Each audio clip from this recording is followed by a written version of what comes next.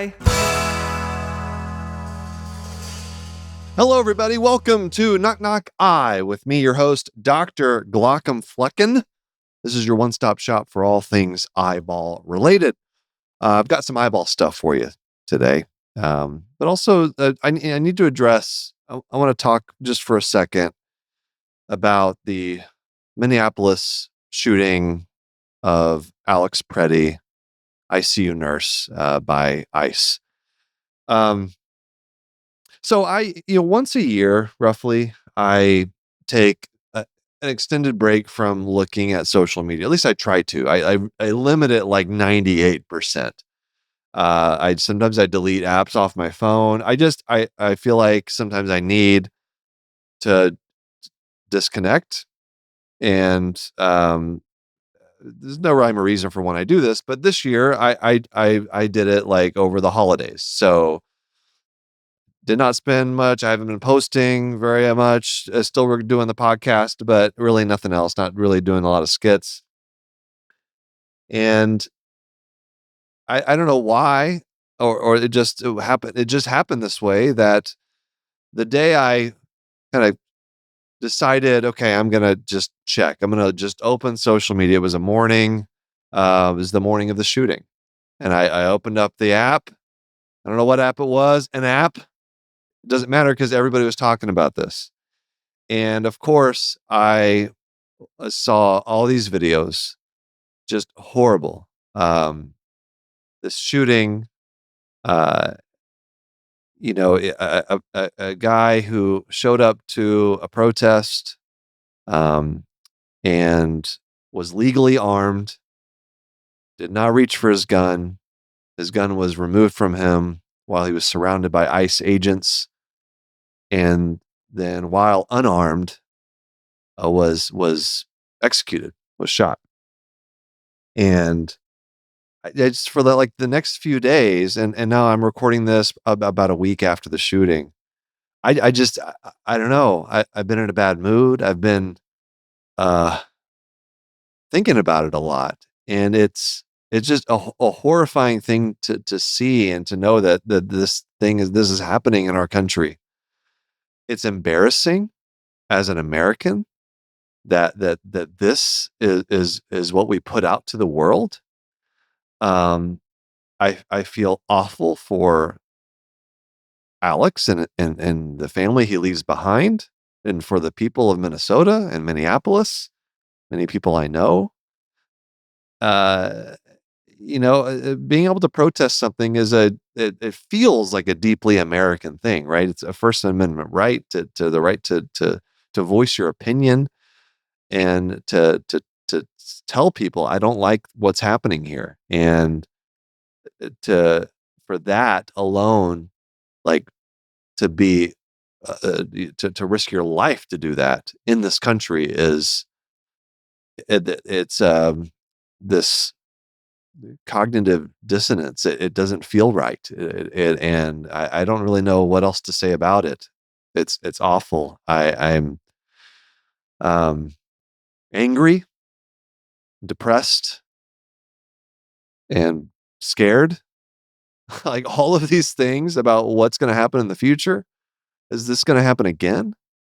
Is this what do I talk about? How do I talk about this with my kids? Because I want them to be idealistic.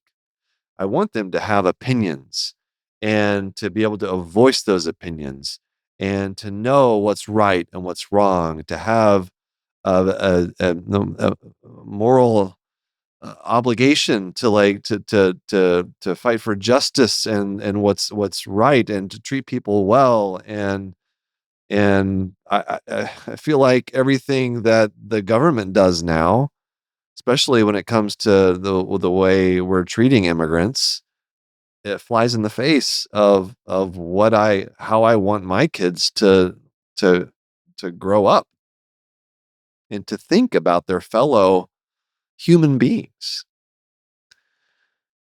And so another part of this is like, well, what can I do?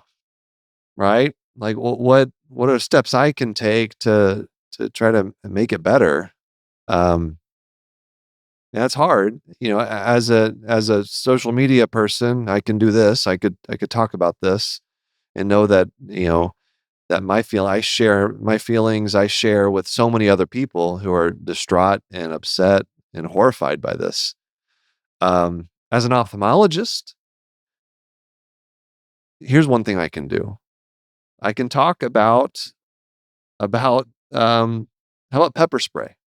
That's something that I've been seeing so much of in videos, and I've been asked that. I've received emails about this, and whenever there's seems to be a lot of protesting going on in the country for a variety of different reasons, whatever it may be. This is a common refrain that gets brought up to me as an ophthalmologist is like, look at these people getting pepper sprayed. Everyone's getting pepper sprayed. What do you do to protect yourself to make sure you don't go blind or lose vision? So let's talk about it. This is something I can do, right? Those of you who are going out to protests and to let your voice be heard, um, you need to be able to protect yourself now more than ever. And so let's talk about how to protect your eyes. Whenever there is tear gas, pepper spray, any noxious stimulus that you're exposed to in that situation. And it's hard just as a human being, but also as an ophthalmologist to see like people on the ground with an ice agent standing over them, emptying an entire canister of pepper spray into someone's face at point blank range. That is hard to look at. That's hard to see. And so let's talk about what that can cause. So pepper spray, it's an oil based uh, it's an oil based product with all kinds of noxious chemicals in it. But that's very key to know that it is oil based. So, what can happen to your eyes as a result of this? Well, whenever your eyes are exposed to all these noxious chemicals, I'm not going to go through what these chemicals are because there's different. I've done a little bit of research on this. There's different products, different companies produce pepper spray, I suppose, and they have all different chemicals, dozens of chemicals in them, all meant to be a noxious stimulus. The mucous membranes do not like these chemicals. And so what happens when you're exposed to them, especially when it comes to your eyes, but also your nose, your mouth, you start to incite an inflammatory reaction. Blood flow just goes right to your face. You start getting discharge. You start getting you produce copious tears because your body is trying to rid itself from these chemicals. Uh, and you feel pain. Obviously, you have pain receptors all over your mucous membrane, so you feel extreme amount of pain. Typically, for a normal exposure to um, to pepper spray, I mean that's not never normal to be exposed to that, but exposure to that, um, is doesn't cause permanent damage. Typically, the worst that we will sometimes see is the breakdown of the corneal epithelium, basically just a corneal abrasion. So you have enough damage to the surface of the eye that it disrupts the cellular connections of the corneal epithelium and it breaks down. You get um, this abrasion. Now that alone can get infected. So whenever you have a corneal abrasion, your eyes at higher risk of developing an infection. If you don't get rid of the chemical and it stays on the eye, let's say someone's point blank range emptying an entire canister of pepper spray into your face, into your eyeball, it's going to be difficult to get rid of all of that chemical.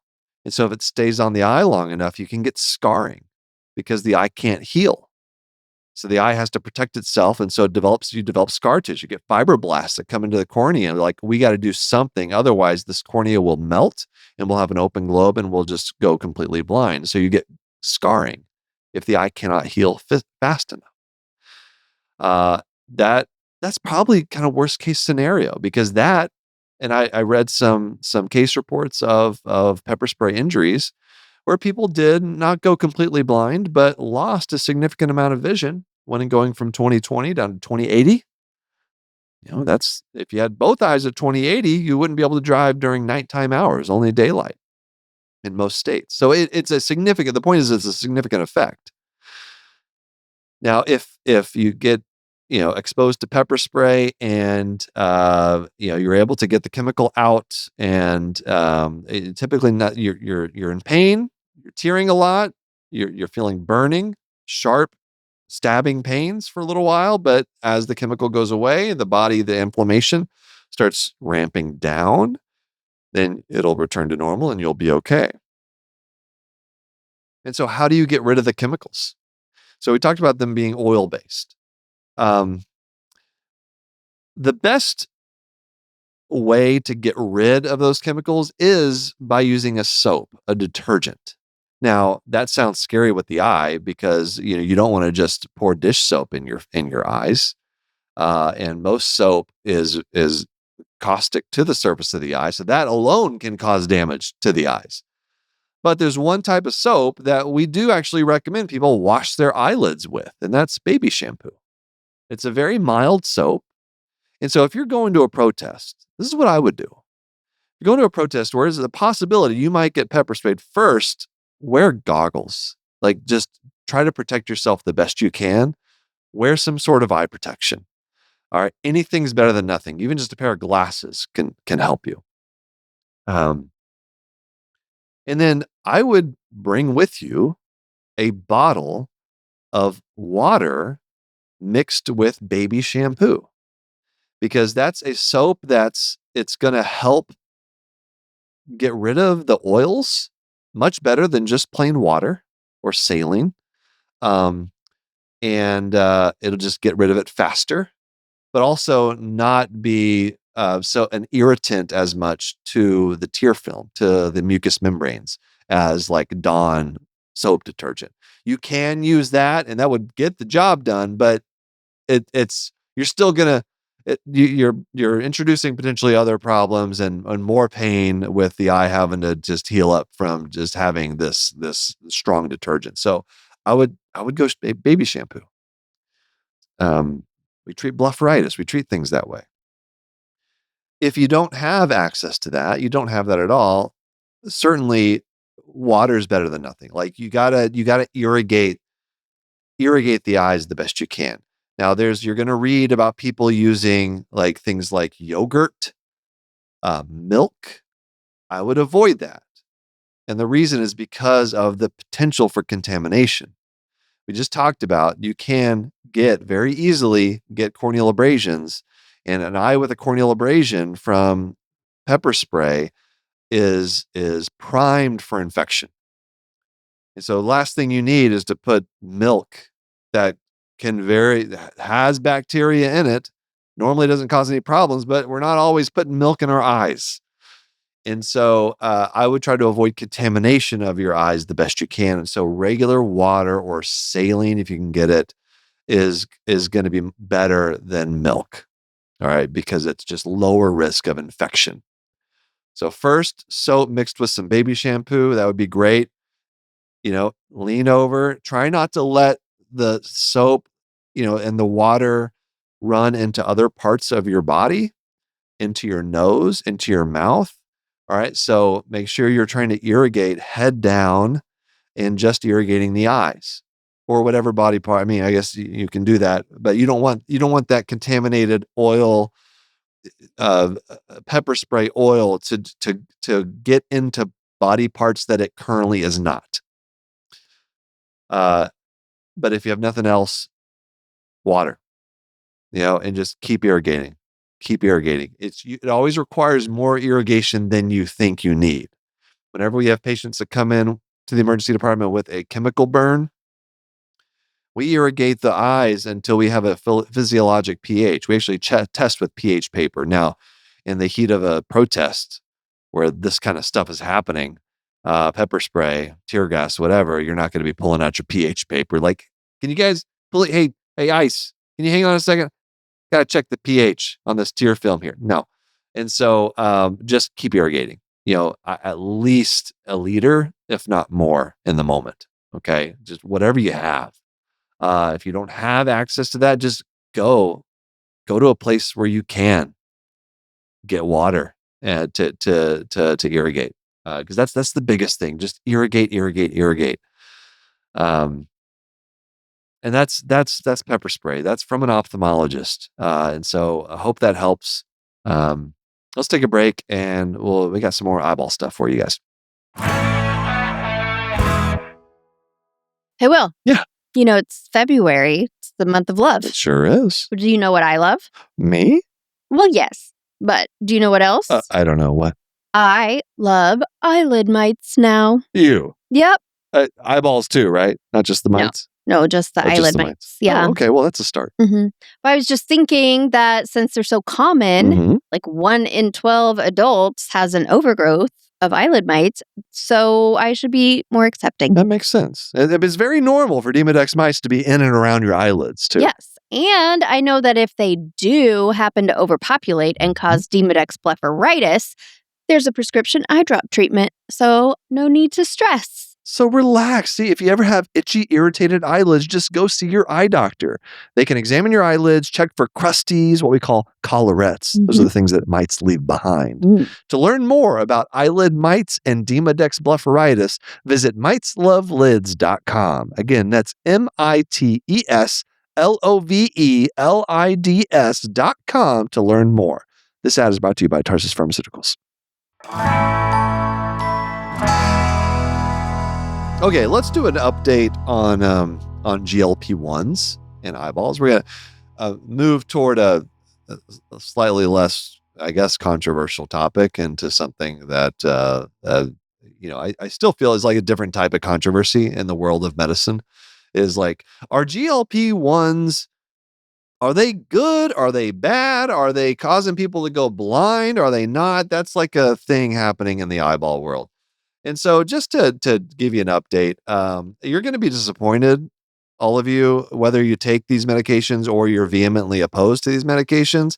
We still don't really know. We know a couple of things based on studies. All right. We do know that this risk of NAION, ischemic optic neuropathy, is real. It's real. There's a study, and these were studies that were presented at the recent American Academy of Ophthalmology meeting. So it has some merit. One study that showed that people that use GLP-1 drugs were 68.6 times more likely to develop NAION, ischemic optic neuropathy, and 8 times more likely to develop diabetic retinopathy than those taking other non-GLP-1 diabetes medications.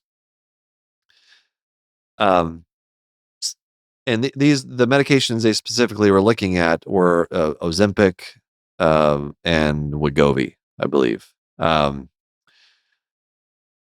The analysis also found no significant association between tirzepatide, which is the active ingredient in some of the other medications like Mounjaro and Zepbound, and NAION or diabetic retinopathy. So even just looking at this one problem, we get like differing results based on the type of medication that contains the GLP medication. So this might not even apply to every single GLP-1.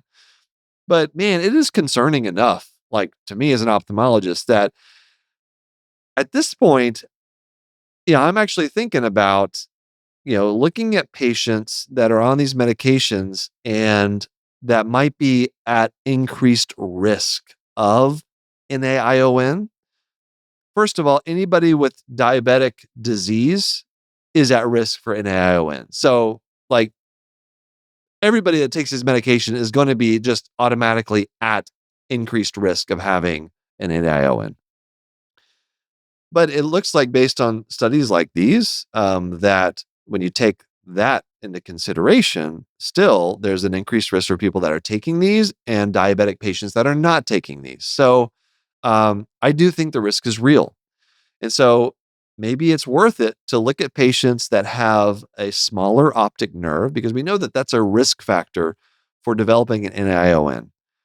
which is a disease where you temporarily lose blood flow to a small segment of the anterior optic nerve, the part that you see when you look in the back of someone's eye.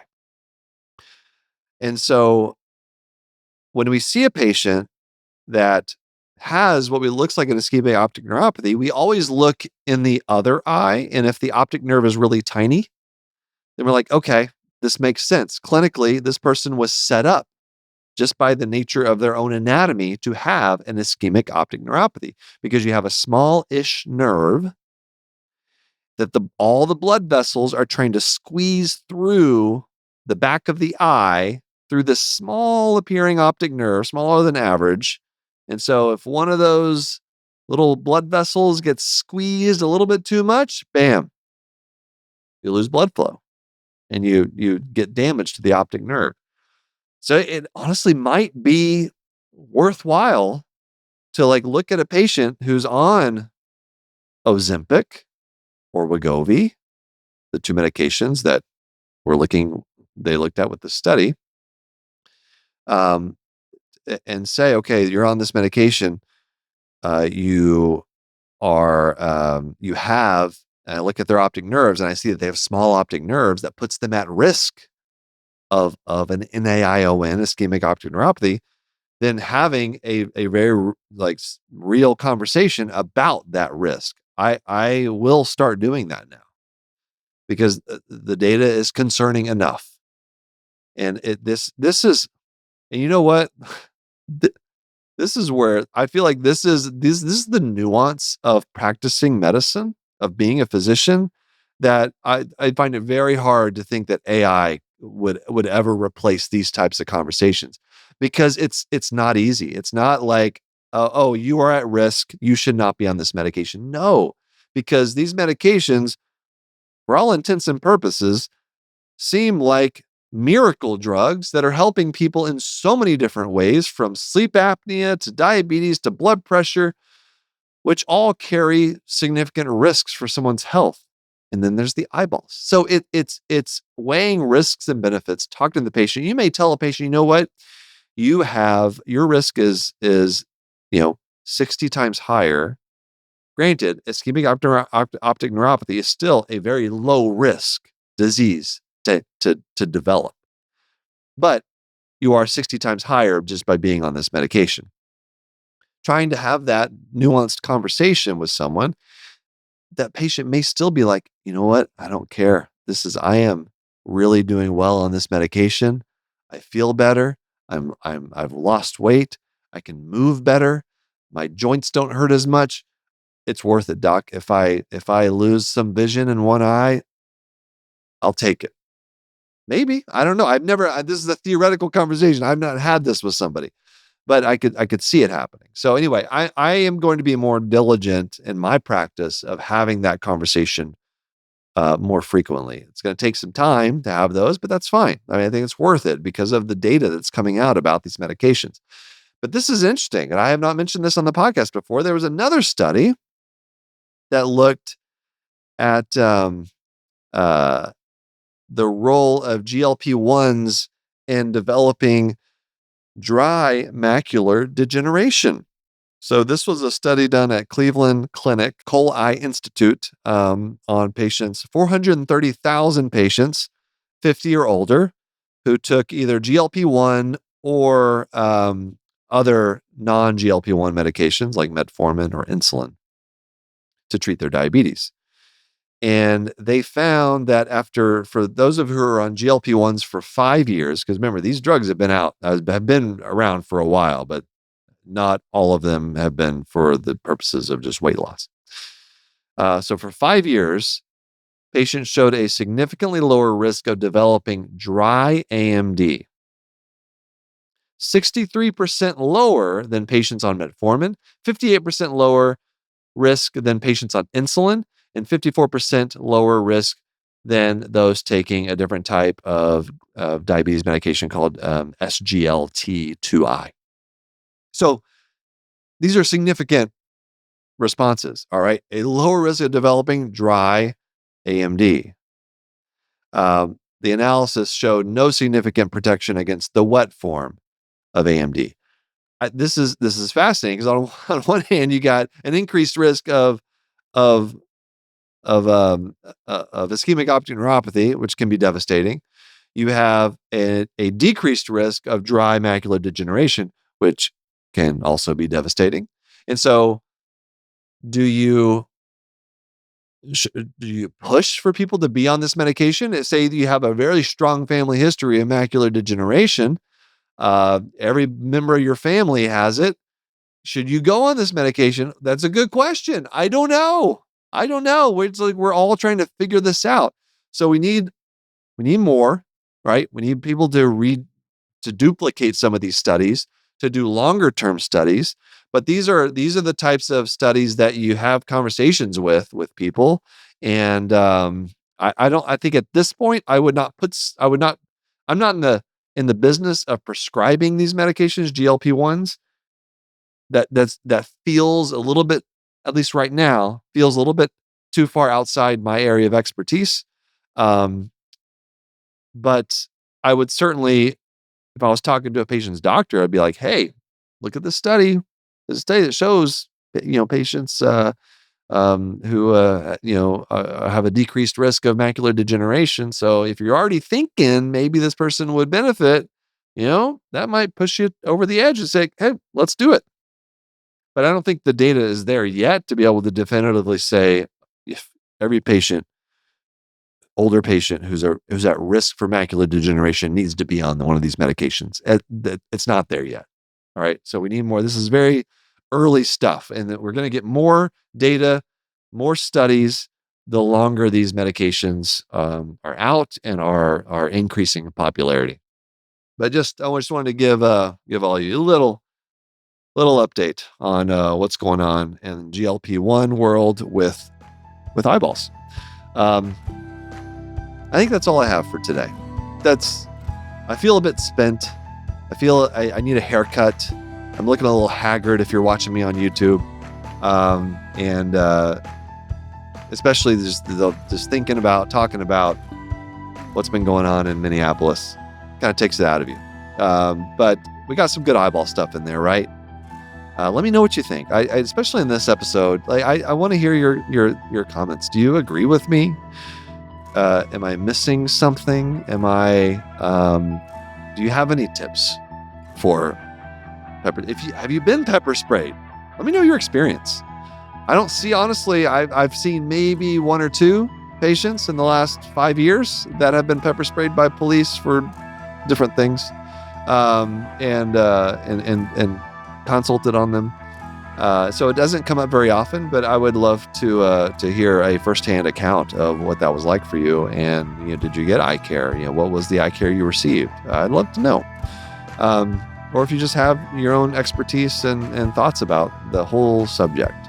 I encourage everybody to just please be respectful in the comments. I am not one to try to hide or delete comments unless they're disrespectful and or outright racist or any other awful attribute that we have in humanity. But I am open to other opinions, and I want to foster healthy discussion and conversation. And so, yeah, just be respectful. And I appreciate you all listening to me talk about this. Again, at Glaucom Fleckens is where you can find the video episodes of this podcast. And I always read those. I didn't prior to this. I didn't want to do too much in the comments section on this episode, but typically I'll try to read a couple of comments. So I always see those, and so leave one for me. Let me know what you think. Thanks to my executive producers, Aaron Cordy, Rob Goldman, and Shanti Burke. Our editor and engineer is Jason Portiza. Our music is by Omer Ben-Zvi. I am your host of Knock Knock Eye, Dr. Glaucom Flecken. I'll see you next time.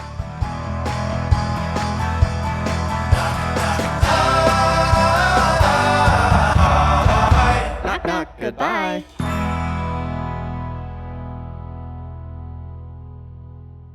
Thanks for watching the episode. You can find more on that playlist over there. If you prefer to listen, or you just had your eyes dilated, you can binge full episodes wherever you get your podcasts, or join the party over on Patreon, where you get early access episodes, hang out with us, get lots of exclusive bonus content. Hope you subscribe, leave a comment below. Let us know what you think.